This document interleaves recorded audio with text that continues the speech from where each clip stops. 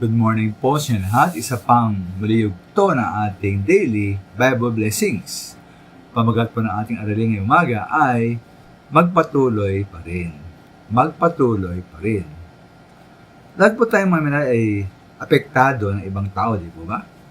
Kasama na sa ating pagsunod at paglilingkod sa ating Panginoon. Kaya apektado po ng ibang tao. Halimbawa, hindi natin maalis na tayo tumingin at tingalain ang tao nagdala sa atin sa Panginoon o nagaya sa iglesia o isang aktibong miyembro na hinangaan natin o isang leader o namumuno sa iglesia. Ngayon po, paano kung ang tao o mga taong ito na ating titingala at titingnan at hinangaan pa siguro ay mawala na sa gawain.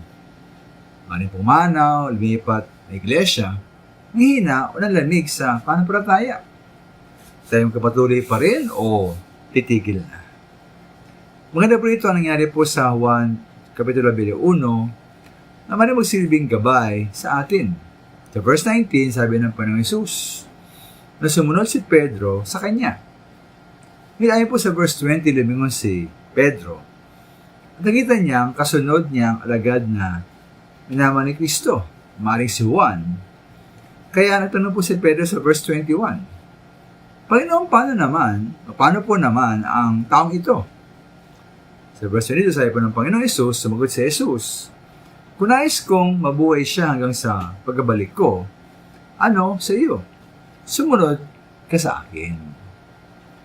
Kaya kung mawala na po ang taong dala sa atin sa iglesia, o sa panambahan, o ang taong aktibong titingala natin, isa pong leader o namumuno ng iglesia, magkatanong ba tayo sa Panginoon, Panginoon, bakit siya nawala?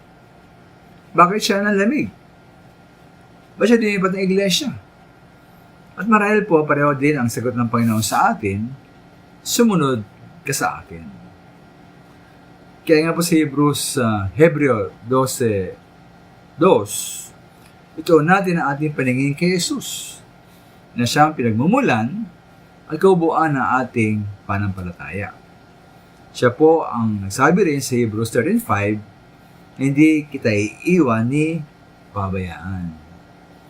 At ultimo mga minamahal, tandaan natin na sa Panginoong Jesus lamang tayo mananagot at magbibigay sulit. Hindi po sa ibang tao. Kaya po kahit mawala po ibang tao, kasama ang taong ating hinahati o nitingala, na kami na mahal, magpatuloy pa rin tayo sa ating pagsunod at paglilingkod sa ating Panginoon. Maraming salamat.